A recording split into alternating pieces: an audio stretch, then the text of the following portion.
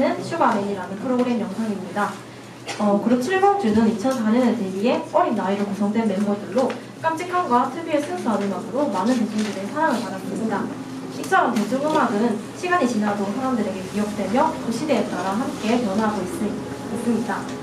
그래서 저희 8조는 시대 변화에 따른 대중음악의 변천에 대해서 소개해드리겠습니다.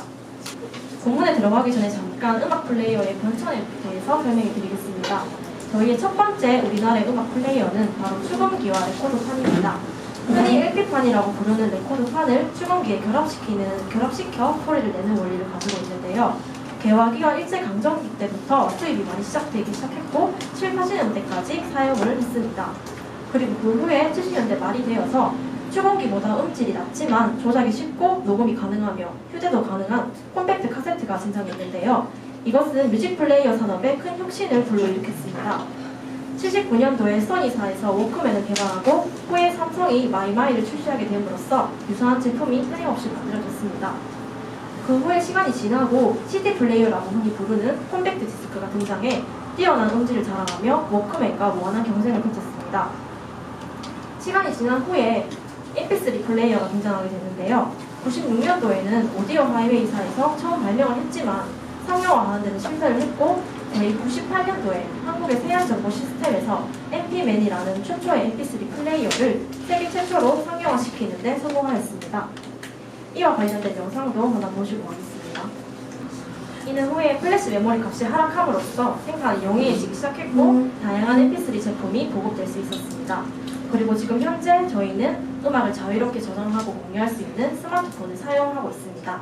이렇게 100년도 채 되지 않은 짧은 시간 동안 음악 플레이어는 많은 발전을 이뤄냈습니다. 그럼 본격적으로 7, 80년대 대중가요에 대해서 소개해드리겠습니다. 1970년대 시대적 배경부터 먼저 살펴보겠습니다. 61년부터 박정희 정부의 유신 정권이 진행되었고 50년도에 일어난 6.25 전쟁 세대들이 성인으로 성장했을 시기였습니다. 그리고 그 당시 정부는 미풍 양속을 보호한다는 명분으로 미니스커트와 장발 단속이 상행하기도 했습니다. 1970년대는 청년 문화의 시대라고 타이틀을 걸 수도 있는데요. 군부 독재로 인해서 저항의 아이콘으로 청년 문화가 탄생하기도 했고 또 미국을 비롯한 서구 문화가 유입함으로써 그것을 동경하는 젊은이들이 많아짐으로써 청년 문화가 탄생하기도 했습니다. 첫 번째로는 트로트의 전성기였는데요. 나훈아와 남진이 라이벌로서 투톱 체제를 유지하고 있었습니다. 그리고 하춘화와 같은 트로트 가수들도 최전성기를 맞이하였을 때였습니다. 트로트의 양식이 76년도를 기준으로 달라지는데요. 76년도 이전에 70년대 초반에는 전통적인 트로트가 유행했던 반면에 76년도에 대마초 파동과 가요계 규제 조치가 일어나게 됨으로써 락 가수들이 트로트계를 유입하게 됩니다. 따라서 트로트와 락의 결합인 트로트 고고라는 장르가 탄생하게 됩니다. 대표적으로는 최연이나 윤수일과 같은 그룹 사운드 출신 가수들이 트로트로 유입한 사례가 있습니다. 두 번째는 포크 가수의 등장인데요. 송창식과 김민기와 같은 포크 가수가 인기를 끌면서 한국 음악의 장르가 확장되는 데 기여했습니다. 포크 음악은 주류 문화에 반하는 반문화적인 성격을 가지고 있었고 은유적인 가사로 상처받는 자아를 표현했습니다. 그리고 낭만적인 분위기를 연출시킴으로써 기성세대의 트로트와는 다른 감성을 지니고 있었습니다. 포크 음악계의 대표 주자는 바로 세시봉인데요. 사실 세시봉은 처음부터 그룹 이름이었던 게 아니라 60, 70년대 유행했던 한국 최초의 음악 감상실을 일컫는 말이었습니다. 그래서 음악적 재능이 뛰어난 사람들이 이곳을 거쳐 많이 유명 가수가 되었는데요. 처음에 송창식과 윤형주가 트윈 폴리오라는 이름으로 활동을 했다가 후에 조영남과 김세환이 합류를 하게 됨으로써 현재의 세시봉의 모습을 갖추게 되었습니다. 그리고 최근이라고 할 수 있는 2011년에 놀러와에 출연함으로써 다시 한번 사람들의 주목을 받기 시작했습니다. 세 번째는 락 음악의 태동인데요. 맨 처음에 신중현에 의해서 락 음악이 태동되어 관심을 받기 시작했고 후에 그룹 산울림의 탄생에도 기여했습니다. 대부분의 당시 락 음악 가수들은 미 8군 무대에서 직업적으로 음악을 시작하는 사람이 많았다는 측면에서 이들은 생계와 밀접한 음악을 했다는 특징을 가지고 있습니다. 그런데 기성세대의 음악을 수용했다는 평가를 받기도 했는데요. 감각과 형식에서는 저항적이지만 아까 보았던 트로트 고고처럼 사회적 맥락이나 내용에서는 기성가요와 타협한 음악이라는 평가를 받기도 했습니다. 네 번째는 조용필의 등장입니다. 데뷔곡인 돌아와요 부산 항해를 크게 히트시키고 현재까지 레전드의 자리를 지키고 있습니다. 94년 당시에는 대한민국 최초 음반 판매량 1000만 장을 기록하고 일본에서는 600만 장을 기록하며 조용필을 한류의 시초로 보는 사람도 있었습니다. 2016년에 조사한 한국인이 사랑하는 레전드 아티스트 편에서는 20대를 제외해서 모두 1위를 차지하는 영광을 얻기도 했습니다. 70년대에 주목해봐야 할 특징은요. 1971년에 우리나라 최초의 음악 축제인 청평 페스티벌이 개최가 되었고 1977년도에 최초의 오디션 프로그램이라고 할 수 있는 MBC 대학 가요제가 방영되었습니다. 이와 관련한 영상도 하나 보시고 가겠습니다. 네, 이렇게 대학 가요제는 시대가 변하면서 위상이 흔들리게 되고 결국엔 폐지하게 되었지만 여전히 추억의 프로그램으로 많은 사람들에게 기억되고 있습니다. 반면에 1970년대에는 어두웠던 사건들도 있었는데요. 75년도에 가요 정화 조치가 내려져서 불신풍조를 조장하고 창법이 미숙하다는 등의 갖가지 이유로 수많은 곡들이 금지곡이 되었습니다. 그리고 금지곡이 수록된 음악을 제작하는 음반사에게도 영업정지 처분이 내려졌습니다. 네, 같은 해 12월에는 대마초 파동이 일어나서 대중음악계에 큰 문제가 생기게 됩니다. 50명이 넘는 청년 스타들과 연주자, 작곡가가 체포되고 10개 중 7개의 프로그램이 방송이 정지가 되었습니다. 이는 대중음악 발전에 맥을 끄는 사건이라고 볼 수도 있겠는데요. 사실 명목상으로는 대마초 흡연이지만 조금 정치적인 이유로 발생한 사건입니다. 사실 좀 저항적인 대중음악에 대해서 정부가 제재를 가한 사건으로 보시면 되겠습니다. 당시 대마초 같은 경우에는 지금은 불법이지만 그때만 해도 담배나 소주처럼 기호식품에 불과했다고 합니다.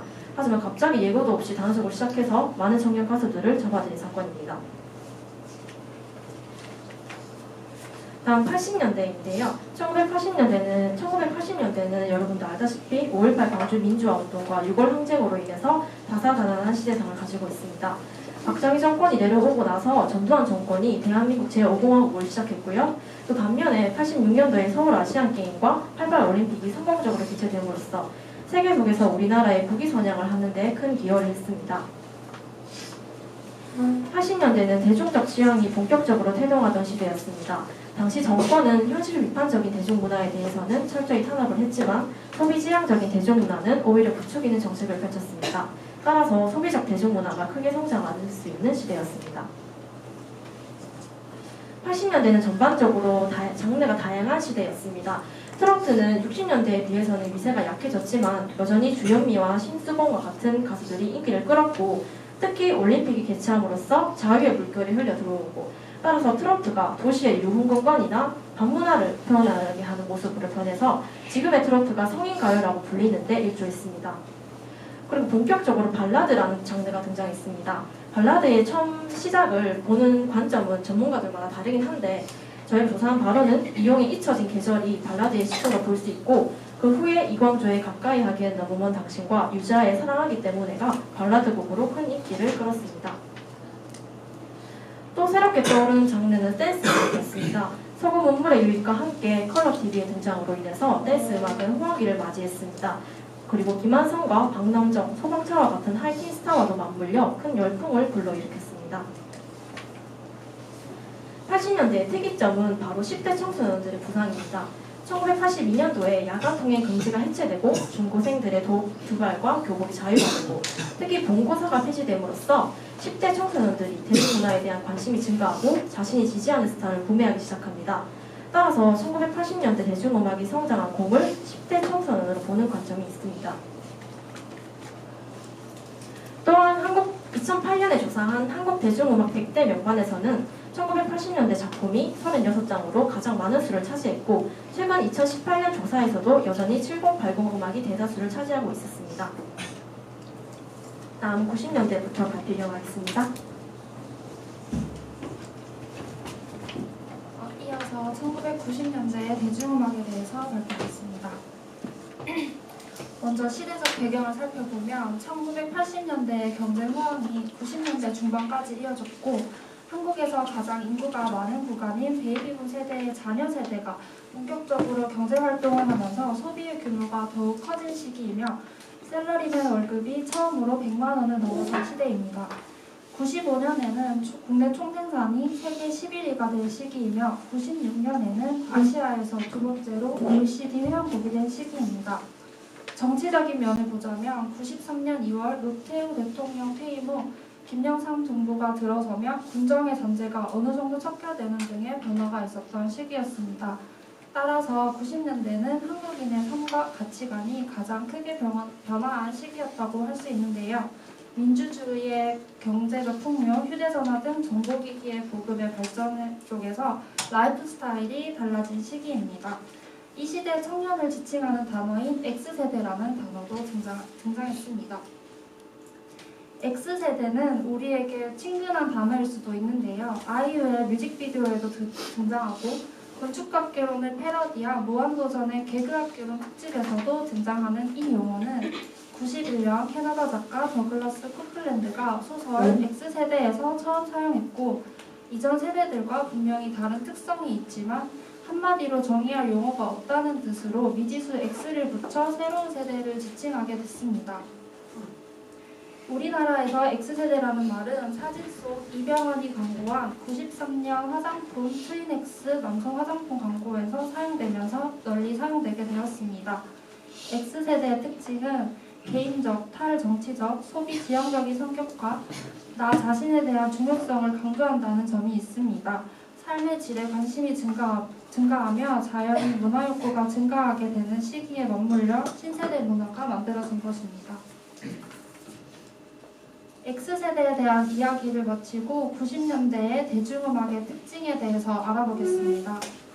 앞서 말씀드린 것처럼 80년대 후반, 90년대 초 한국 가요가 질적으로 도약하고 대중성이 확장되었으며 주 소비자인 X세대의 성격에 맞게 다양한 장르가 공존하던 시기였습니다. 음반의 100만 장 판매 시대가 본격적으로 시작됐고 뮤직비디오 등 보는 음악으로 전환된 것이 90년대입니다. 90년대 활동한 가수는 지금까지도 활발하게 활동하고 있는 가수가 많아서 친근하실 것 같은데요. 발라드 장르는 80년대 김재하가 한국식 발라드의 색을 입히고 이후 이문세, 변진섭이 대중에게 발라드 장르를 자연스럽게 받아들일 수 있도록 했고 90년대 대표 가수로는 신승훈, 이승철, 조성모 등을 거치며 전성기를 맞이하게 됩니다.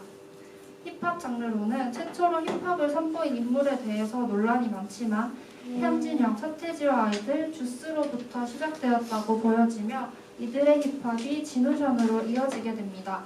다만 이때의 힙합은 여러 장르가 혼합된 형태로 사용되었기 때문에 진짜 힙합이 시작된 것은 드렁큰 타이거부터 시작되었다고 보기도 합니다.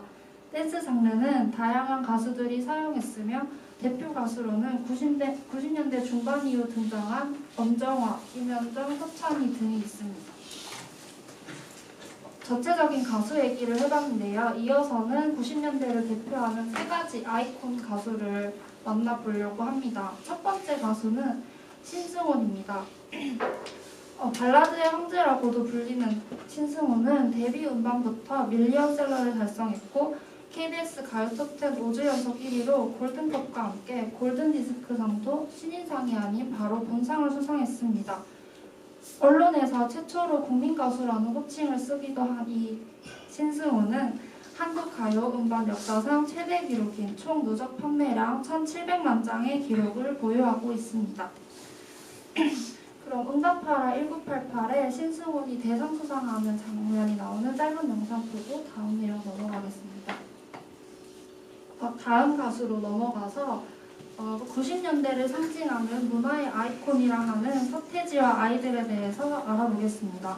서태지와 아이들 데뷔 이후 대중가요계는 성인가요와 발라드 위주에서 청년 취향의 댄스 음악 위주로 재편됐으며 이것은 단순히 트렌드를 변화한 것이 아니라 우리나라 청년층에게 끼친 영미 팝의 영향력을 한국 가요로 가지고 오는 결정적인 계기를 만든 그룹입니다.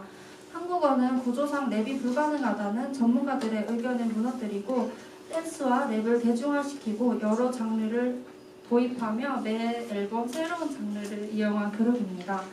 서태지와 아이들이 데뷔하기 직전 가요 톱10에서는 혜진아의 거울도 안 보는 여자가 1위를 하고 있었는데 이것이 당시 상황을 잘 보여주는 것이라 할 수 있습니다. 세계적인 트렌드, 즉 청년이 원하는 음악과 현실의 격차가 그만큼 컸다고 할 수 있는데요. 구매력을 갖춘 젊은 층을 만족시킬 한국어 컨텐츠를 서태지와 아이들이 가지고 온 것으로 볼 수 있습니다. 또 서태지와 아이돌은 오늘날 K-pop 아이돌 그룹의 시작으로 보는데 활동 후 잠적, 공백기를 가지고 다시 컴백하는 현재의 아티스트 활동 패턴도 이때부터 시작된 것입니다. 또 매 앨범마다 새로운 컨셉을 시도하고 또 다른 패션, 코디네이터의 도입 등 많은 것을 새로이 시작한 그룹이라고 할 수 있습니다. 또 새롭게 시도한 것은 사회 문제를 공론화하는 노래를 불렀다는 것인데요. 대표적인 곡으로 교육제도의 모순을 다룬 교실이래야, 청소년 가출 문제를 다룬 컴백곡, 최근 남북 정상회담 한정행사에서 배경음악으로 사용되기도 했던 통일을 노래한 발해를 꿈꾸며 등이 있습니다. 이것은 후에 H.O.T나 잭스키스 같은 아이돌 그룹이 사회 비판적 노래를 부르는 시작점이 됩니다. 마지막 가요계 아이콘 인물은 김건모입니다. 한국 역사상 가장 많은 단일 앨범 판매를 기록한 가수이며 독특한 음색과 디스코풍 댄스곡, R&B 등 다양한 장르를 소화하며 인기를 얻었습니다. 핑계는 한국의 레게 음악이 유행하게 되는 계기를 만들었고 잘못된 만남은 최대 음반 판매량을 기록하고 있습니다. 우리에게 아이유의 리메이크 곡으로 유명한 잠 못 드는 밤 비는 내리고부터 후속곡 첫사랑, 2집 핑계, 3집의 잘못된 만남 등 쉴 틈 없는 히트를 치며 방송 3사의 가요대상, 골든디스크, 서울가요대상에서 모두 대상을 수상하는 기록을 남기게 됩니다. 신승훈과 같이 자작곡을 많이 가지고 있으며 자작곡 중 대표곡으로는 사랑이 떠나가네 등이 있습니다. 90년대 가수가 대거 등장하는 김건모의 대상 앵콜 영상을 보고 다음 내용으로 넘어가겠습니다. 3명의 가요계 아이콘과 더불어 90년대 대중가요에서 빼놓을 수 없는 것이 1세대 아이돌의 등장입니다.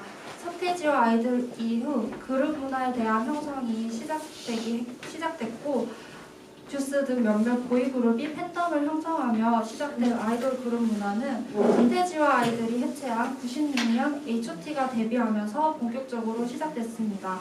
이듬해 데뷔한 잭스키스와 라이벌 구도를 형성하며 발전했고 같은 해 SM 엔터테인먼트의 걸그룹 SES가 데뷔하고 이듬해 핑클도 데뷔하면서 걸그룹도 함께 발전하기 시작합니다. G.O.D와 신화의 데뷔로 2세대 아이돌이 등장하면서 90년대가 막을 내리게 됩니다. 이렇듯 90년대는 한국 대중가요에 있어서 음악성의 질적 성장을 가져다준 시기이며 이전에 어떤 새로운 스타일의 신인들이 등장하며 장르의 다양화가 이루어졌습니다. 마지막으로 아이돌 그룹이 등장하며 현재 K-팝의 초석을 다진 시기라고도 할 수 있겠습니다.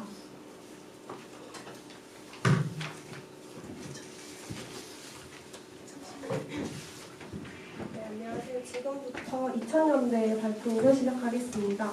2000년대는 현재 20대인 우리가 가장 익숙한 시대가 아닐까 싶은데요. 먼저 시대적 배경부터 살펴보겠습니다. 2000년대에는 인터넷이 크게 발전해서 아날로그에서 디지털로 바뀌게 되는 큰 역할을 했습니다.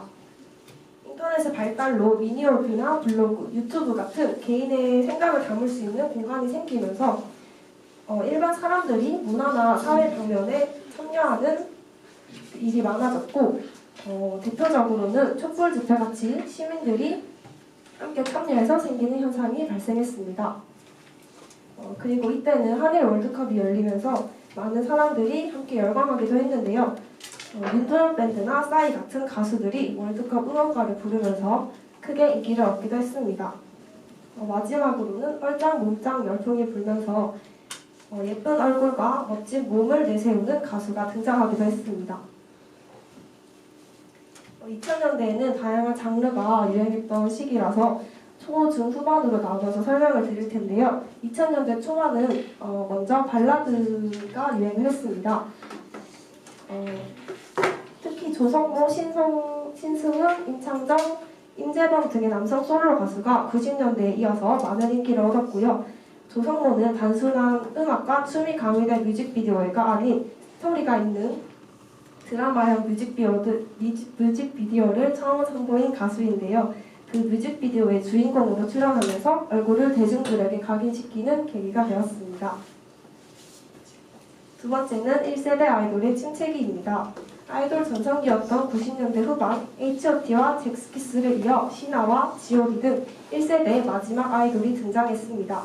특히 G.O.D는 보통 10대에만 집중되어 있었던 팬층을 20, 30대까지 넓혔다는 점에서 아이돌의 한계를 넘었다는 평가를 받고 있으며 국민 그룹이라는 칭호까지 얻게 됩니다.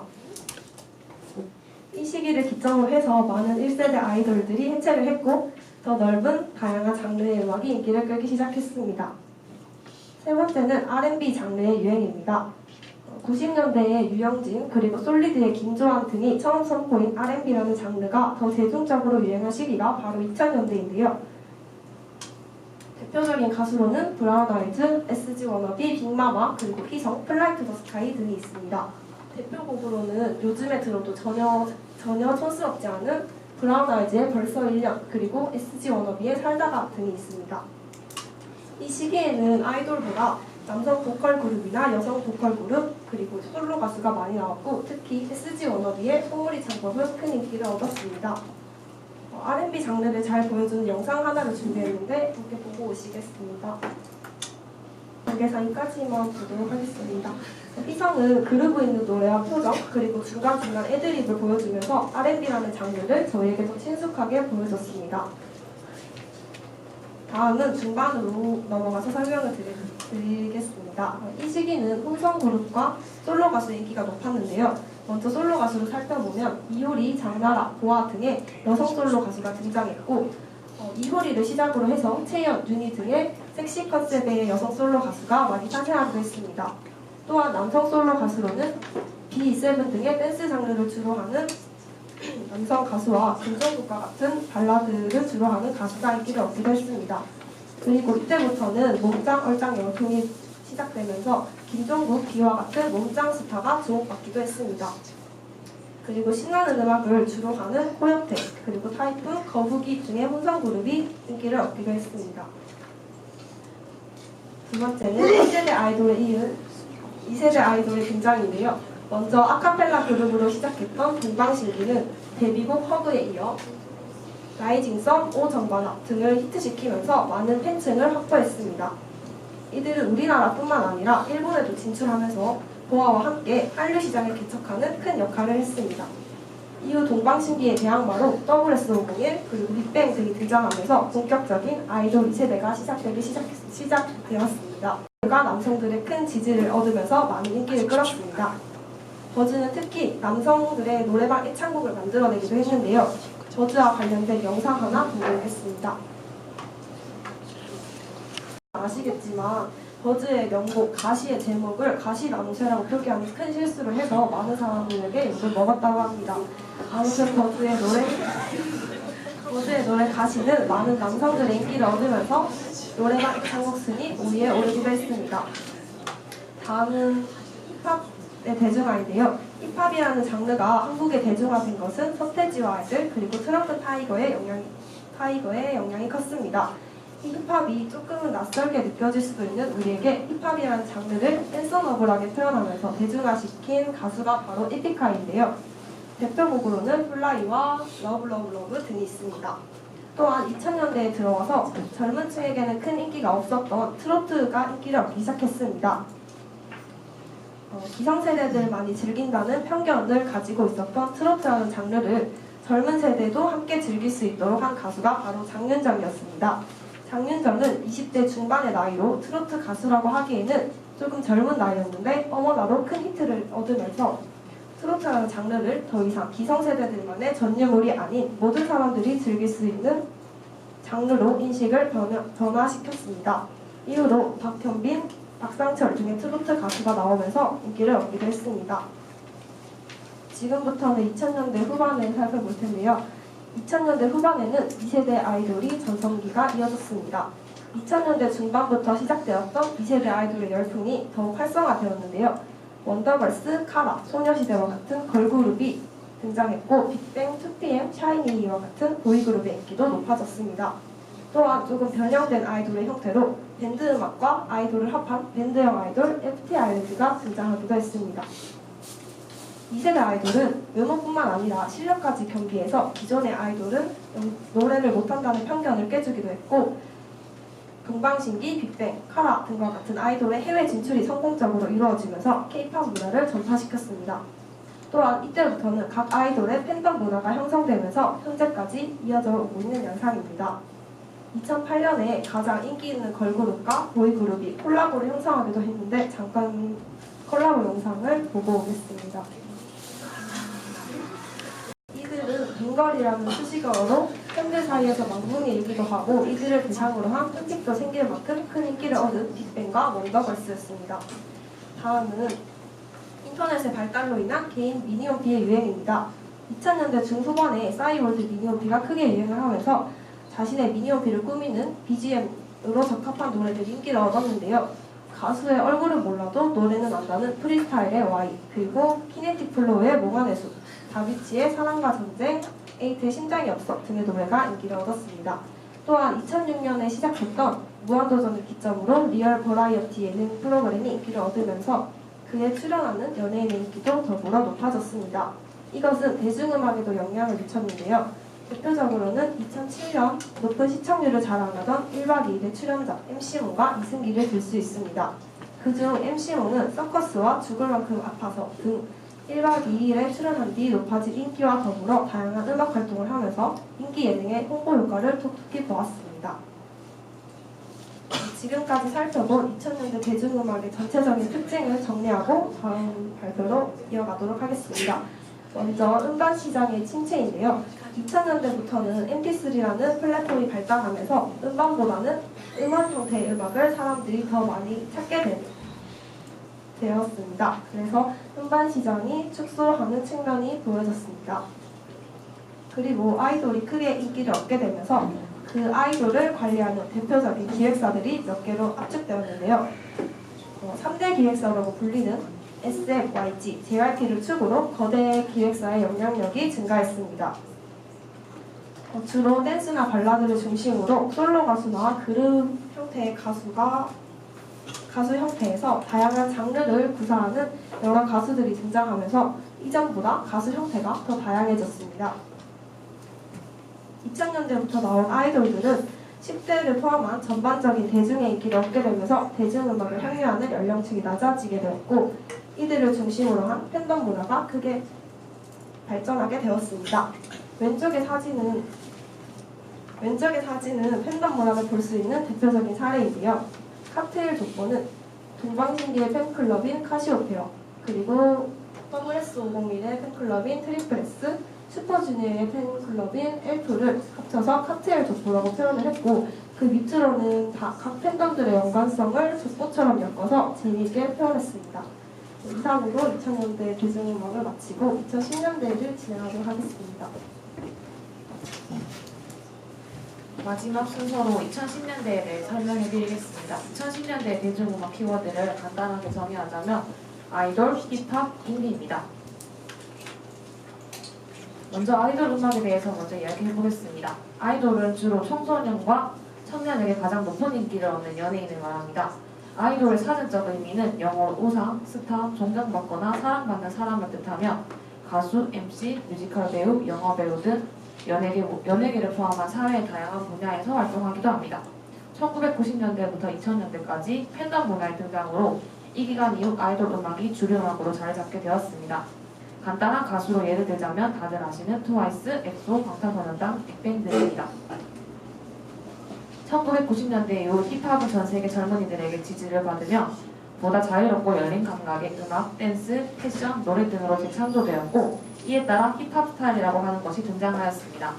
힙합 문화, 힙합 스타일은 젊은 신세대들의 감각과 의식을 대변하는 하나의 문화 현상으로 풀이되는데 2012년 쇼미더머니라는 프로그램으로 힙합이 언더그라운드의 문화에서 수면 위로 올라오게 되었고 2014년 아이돌 아이콘의 바비와 비아의 출연 등으로 쇼미더머니3가 데이트를 치고 본격적인 인기 장르가 되었습니다. 이제 간단하게 인디 음악에 대해 설명해보자면 원래 인디 음악은 음반의 제작, 유통, 홍보를 타인의 자본에 의존하지 않고 스스로의 힘으로 제작, 유통, 홍보하는 뮤지션의 음악을 말합니다. 인디 뮤지션은 크게 두 가지 형태로 나뉘는데 우선 아예 소속된 레이블 없이 모든 것을 스스로 하는 형태, 두 번째는 소속된 레이블이 있더라도 음반 제작은 스스로 해결하며 유통과 스케줄 관리, 공연 기획 등만을 기획사가 도와주는 형태가 있습니다. 한편 대한민국에서는 인디 음악을 언더그라운드에서 활동하는 뮤지션의 음악 또는 포크 음악을 하는 뮤지션의 음악으로 잘못 알고 사용하는 경우가 많습니다. 다음으로 시대 특이사항으로 넘어가서 이야기해보겠습니다. 스트리밍 사이트에 변화가 생겼습니다. 멜론, 지니, 벅스 등 유명한 음원 사이트에서의 스트리밍이 주를 이루었으나 지금 현재는 유튜브 프리미엄 서비스인 유튜브 레드, 음원 생산과 유통의 진입 정력이 낮은 사운드 클라우드 같은 스트리밍 사이트의 이용이 증가하였습니다. 사운드 클라우드 같은 경우는 사용자 자신이 개발한 음원이나 타인에게 허가를 받은 음원을 자유롭게 공유하고 다운받을 수 있습니다.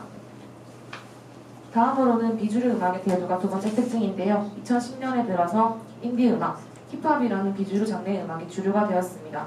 예를 들어 오역과 같은 나만 아는 가수와 TV 등 대중매체 무한도전에 등장함으로써 대중에게 알려지고 오디션 프로그램 출신인 볼빨간 사춘기를 예로 들 수 있습니다. 셋째, SNS를 통해 노래가 유명세를 타는 경우입니다. 이번 항목과 이어진 항목이라고 할 수 있는데요. 2010년 들어 SNS 매체의 발달로 페이스북, 인스타그램을 통해 가수들의 영상이 업로드되어 역주행을 하게 되었습니다. 다음 슬라이드에서도 확인 가능하시듯이 사례에 해당하는 대표적인 가수는 신현이와 김노트, 길구봉구 등은 페이스북 페이지를 통해 유명해지게 되었고 EXID 한이의 직캠 영상으로 인해 해체 위기에 놓인 아이돌의 음악이 역주행해서 유명해지게 되었습니다. 다음은 빌보드 차트의 진입 또한 빼놓을 수 없는 이야기인데요. 2000년대부터 아이돌 음원이 대중음악에서 중요한 장르로 자리 잡게 되고 2009년 원더걸스는 노바디라는 노래로 최초로 빌보드 핫 176위를 시작으로 2012년 싸이 강남스타일이 빌보드 싱글 차트 핫 100 7주 연속 2위를 차지하였고 2013년 엑소의 으르렁이 빌보드가 선정한 2013 최고의 K-팝 그리고 마지막으로 방탄소년단은 K-팝 최초로 빌보드 앨범 차트 200위 중 1위를 차지했습니다. 이것은 비영어권 국가가 이 차트에서 1위한 것은 12년 만이고 아시아 아티스트로는 최초라고 합니다. 다음은 음원 사재기, 차트 조작 논란 이야기도 안 할 수 없는데요. 2018년 들어 음원 시장의 경쟁이 유독 과열되었습니다. 보통 아이돌 가수는 타 가수에 비해 거대한 팬덤이 있기 때문에 음원 줄 세우기라는 것이 가능한데 아이돌 팬들의 스트리밍 총공으로 인해 보통 새벽 시간대는 아이돌 팬덤의 스트리밍 총공으로 인해 아이돌의 음악이 타이틀은 물론이고 수록곡까지 줄 세우기가 잦은데 어느 날 처음 보는 가수의 음원이 그것도 새벽 시간에 1등을 하게 되었습니다. 그 가수들이 여기서 이야기할 음원 조작 논란 가수들인데요. 예를 들자면 장덕철, 닐로, 총, 오반 등입니다. 이런 음원 사재기 논란이 있는 위의 가수들은 모두 소속사 리메즈라는 곳에 소속이 되어 있는데 바이럴 마케팅 전문 기업이라고 합니다. 이 회사는 페이스북 페이지, 일반인의 소름 돋는 라이브, 너만 들려주는 음악 등 페이지 소유를 하고 있어서 여론 조작이 쉬웠습니다. 이 사례는 차트 중심 음원 소비의 폐해라고 볼 수 있습니다. 다음으로는 프로듀스 101, 쇼미더머니, 슈퍼스타 K와 같은 오디션 프로그램의 인기인데요. 대중들이 직접 아이돌의 멤버를 투표하고 그룹을 꾸릴 수 있는 프로그램이 등장했습니다. 또 대중들이 우승자를 직접 투표로 결정하고 직접 음악을 만들어가는 등 제작자 역할을 할 수 있게 되었다고 볼 수 있습니다. 이 사례에 해당되는 가수는 워너원, IOI, 버스커, BY 등이 있습니다. 그리고 OST를 비롯해 방송 출연 음악이 유행했는데요. 드라마 도깨비 OST, 태양이후의 OST가 꾸준히 순위권을 유지합니다. 또 무한도전 가요제를 통해 등장한 음악들이 순위권을 차지하게 되었는데요. 2017년의 경우 드라마 도깨비 OST인 첫눈처럼 너에게 가겠다라는 곡이 연간 차트 1위를 달성하게 되었습니다. 마지막으로 다양한 가수, 장르들이 쏟아져 나옴에 따라서 경쟁이 심화되었습니다. 단순히 잠시 반짝 유행을 끌고자 하는 후크송 같이 반복되는 음악, 즉 사람들의 귀에 가사보다는 귀에 감기는 후렴과 같은 단순한 노래들이 쏟아져 나오고 가수들의 수명과 노래의 수명들이 짧아졌습니다. 이어서 대중에게 미치는 영향에 대해 설명해 보겠습니다. 첫 번째로는 광고성 효과인데요. 대중들이 단순히 음악에만 관심을 갖는 것이 아니라 가수의 음악을 좋아함을 넘어서 그 가수가 모델인 경우 영향을 받거나 아니면 그 가수가 입는 패션에 관심을 가지는 등 광고성 효과를 가지게 되었습니다. 예를 들면 방탄소년단의 퓨마 광고, 엑소의 빼빼로 모델, 힙합의 경우 딘드밀리병이 있는데요. 영상을 짧게 보여드릴 텐데 쇼미더머니에 나와서 인기를 끌게 된 딘과 키드밀리 패션을 따라하는 사람들을 일컫는 말로 요즘 유행인 패션이라고 합니다. 다음 과거에는 3대 기획사 중심이었던 과거에 비해서 기획사 형태에서 음악 산업뿐만 아니라 방송 산업 전체를 합병한 제작과 유통이 합병된 엔터테인먼트가 출연하게 됩니다. 예를 들면 CJ ENM과 카카오 M을 들 수 있는데요. CJ ENM 경우 사업 영역이 방송, 영화, 음악, 공연, 게임, 스마트 미디어 산업을 모두 운영하고 있고, 아이유가 소속되어 있는 카카오 M 같은 경우에는 원래 단수 노엔 엔터에서 출발하여 2009년 멜론을 넘겨받아 운영을 시작하고 2013년 아티스트 매니지먼트 제작 사업 멀티 레이블 체제로 전환하고 2013년부터 15년까지는 타 엔터테인먼트의 지분을 취득하며 아티스트 육성부터 콘텐츠 제작, 마케팅 및 매니지먼트를 통합적으로 지원하는 시스템을 갖추었다고 합니다. 세 번째로 비주류 음악이었던 힙합 장르가 유행함에 따라서 청소년들이 단순히 힙합이라는 장르 소비를 넘어서 문화 자체를 흡수하여 사람들의 삶이 다양해지게 되었습니다. 새로운 문화인 힙합 장르의 재발견으로 인해 신선한 충격으로 다가오게 되었고 흡수하게 된 것이죠. 긍정적인 영향으로는 사람들의 패션이 과감해지고 다양해졌다고 할 수 있습니다. 요즘 힙하다라는 말로 짓불리는 그런 느낌입니다. 예전이었으면 사람들과 다른 모습에 거리감을 느끼고 어색하게 느껴지는 옷차림들이 이제는 개성으로 받아들여지게 되었죠. 또한 힙합 문화와 거침없이 자신의 의견을 표현하는 문화라서 대리만족을 느낄 수 있습니다. 부정적인 영향으로는 잘못된 언어 습관이 가장 큰 사례입니다. 그리고 여기서 이어져서 여성이 욕의 대상이 되었습니다. 쉽게 말하자면 욕이 자연스럽게 난무하는 상황이 된 것이죠. 그리고 미성년자의 타투 문제 등도 예를 들 수 있습니다.